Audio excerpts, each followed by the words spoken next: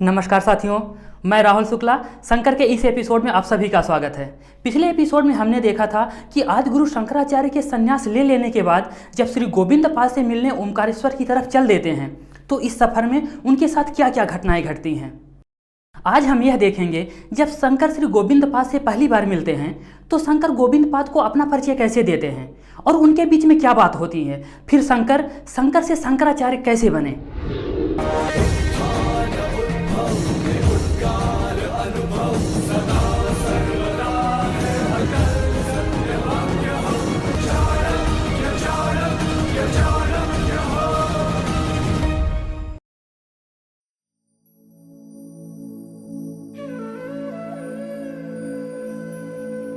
कहते हैं कि जब बालक शंकर गुरु की खोज में नर्मदा नदी के किनारे श्री गोविंद पाद के आश्रम में पहुंचते हैं, जहां गोविंद पाद आश्रम के पास एक गुफा के अंदर साधना में बैठे हुए थे, जो अपनी विद्वता, योग बल और ब्रह्म ज्ञान के लिए प्रसिद्ध थे।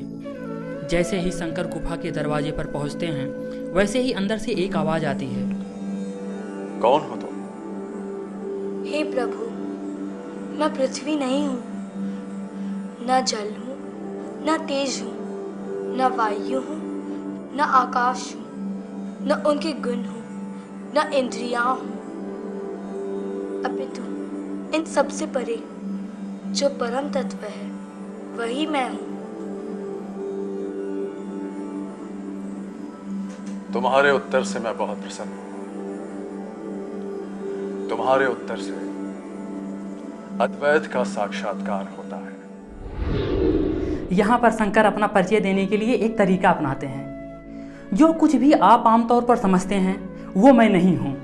आमतौर पर लोग किसी भी व्यक्ति की पहचान करने के लिए यही समझते हैं कि यह गोरा गोरा सा या फिर सांवला सा है जो हमें दिखाई देता है। शंकर कहते हैं कि मैं यह नहीं हूँ, यह तो मेरे शरीर का परिचय है, यह मेरा परिचय नहीं है। मेरे नाम से तो लोग मेरे शरीर को जानते हैं, मुझे नहीं जानते। इसलिए मैं अपने नाम से अपना परिचय कैसे दे दूँ। मैं शरीर से भिन्न हूँ, मैं अंतःकरण से भिन्न हूँ, मैं इंद्रियों से भिन्न हूँ। जो कुछ भी दिख रहा है, आपका व्यवहार जिस किसी भी रूप में हो रहा है, मैं उन सब से भिन्न हूँ। सदानंद रूपम शिवोहम शिवोहम। न मैं जाति हूँ, न धर्म हूँ, न जल हूँ, न आकाश हूँ। मैं शुद्ध चैतन्य मूल तत्व हूँ।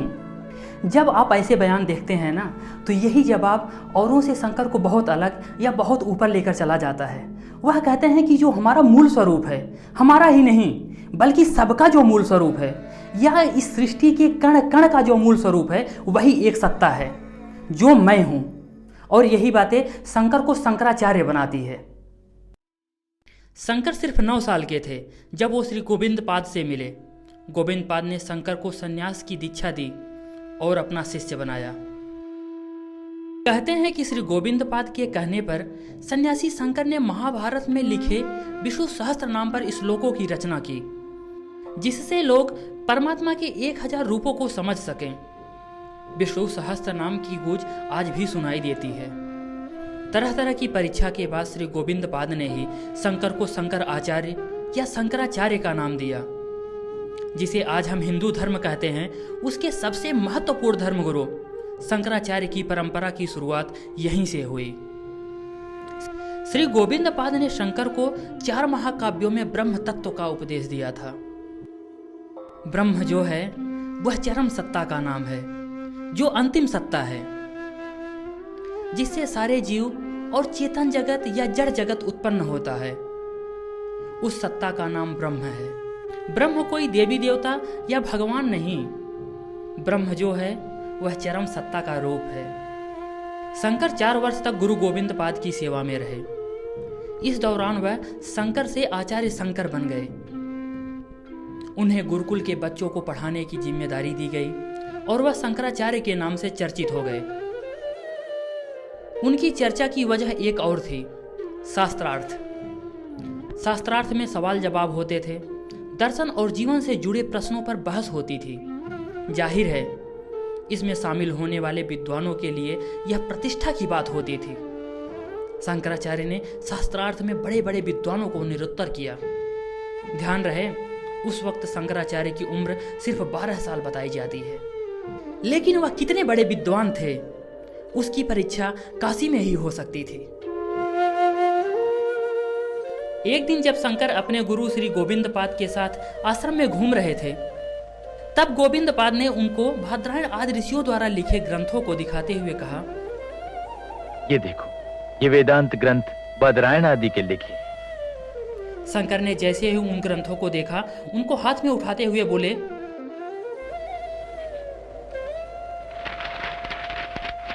भगवान, ये सब तो नष्ट हो रहे हैं। सत्य है, इनकी रक्षा करने के लिए कोई तैयार नहीं। मैं अपनी पूरी शक्ति से इन्हें बचाने की कोशिश कर रहा हूं, फिर भी ये नष्ट हो रहे हैं। यही वो वैदिक धर्म है जो उपनिषदों का आधार बना, किंतु ये आज लड़खड़ा रहा है। यदि आपकी आज्ञा हो तो क्या मैं इनमें सुधार करूं?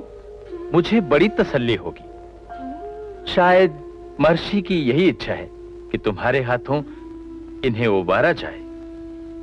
भली भांति पढ़ो, ग्रंथ लिखो, लोगों को ज्ञान दो। जो ना समझ सको उसे पूछ लो। मैं समझाने का पूरा प्रयास करूंगा।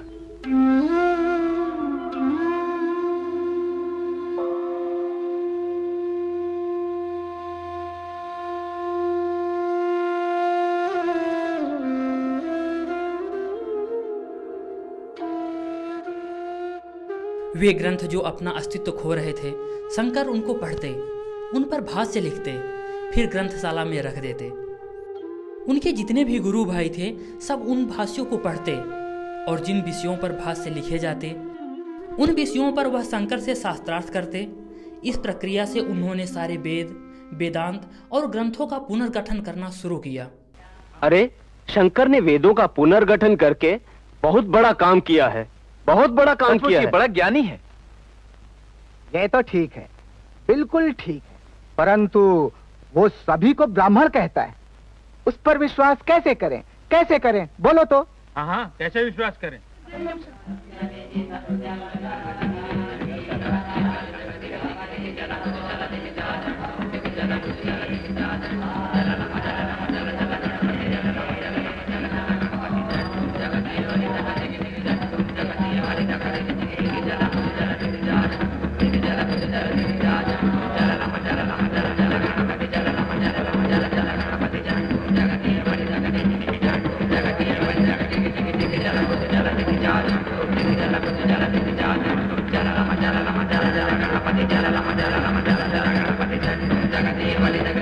वो सबको ब्राह्मण कहता है क्या? ये कैसे संभव है। चलो, हाँ, चलो मेरे साथ, उससे पूछते हैं। चलो चलो चलो।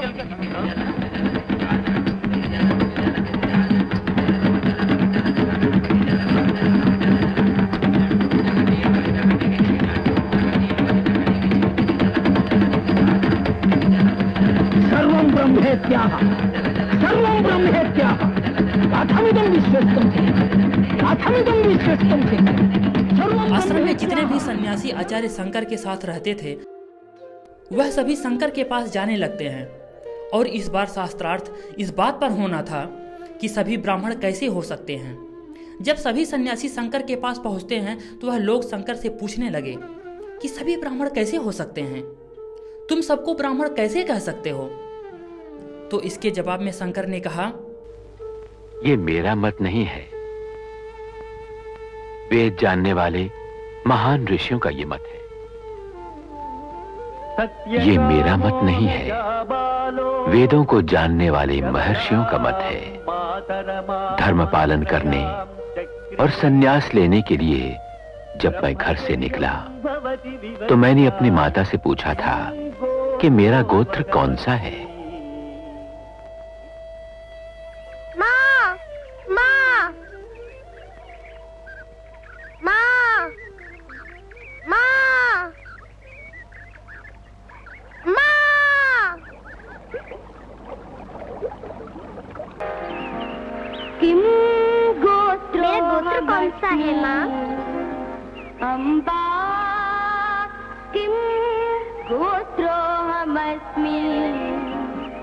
ब्रह्म। संन्यास लेने के लिए मैं जाना चाहता हूँ। माँ, मेरा गोत्र कौन सा है?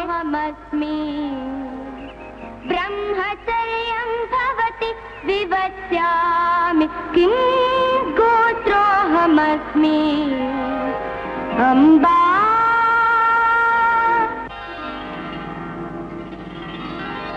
बहवः चरन्ते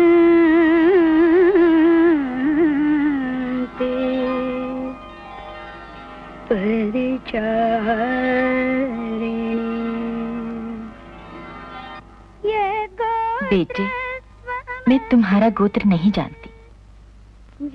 मैं तो केवल इतना जानती हूँ कि मेरा नाम जबाला है और तुम्हारा नाम सत्यकाम।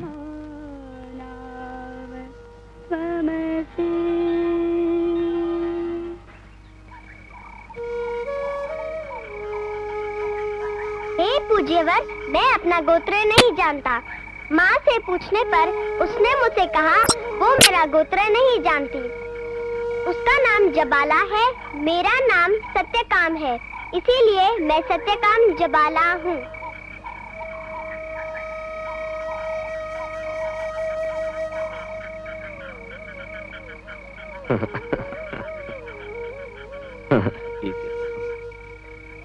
आज आत्मा प्रसन्न हो गई। ऐसे सत्य वचन केवल ब्राह्मण ही बोल सकता है। समानता और सच्चाई उसका धर्म नहीं हो सकती जो ब्राह्मण ना हो। सब ईश्वर की कृपा है। ज्ञानियों के लिए सत्य निष्ठा ही पवित्र जीवन का आदर्श है। क्षमा कर दीजिए हमें, क्षमा कर दीजिए, क्षमा कर दीजिए। साथियों, आज के लिए बस इतना ही। मिलते हैं अगले एपिसोड में। अगले एपिसोड में हम यह समझेंगे तत्वमसि अर्थात तुम कौन हो, जो हमें उपनिषदों में मिलता है, जिसके बारे में श्री गोविंद पाद ने शंकर को उपदेश दिया। हम उसके बारे में जानेंगे। तब तक के लिए नमस्कार। वंदे मातरम।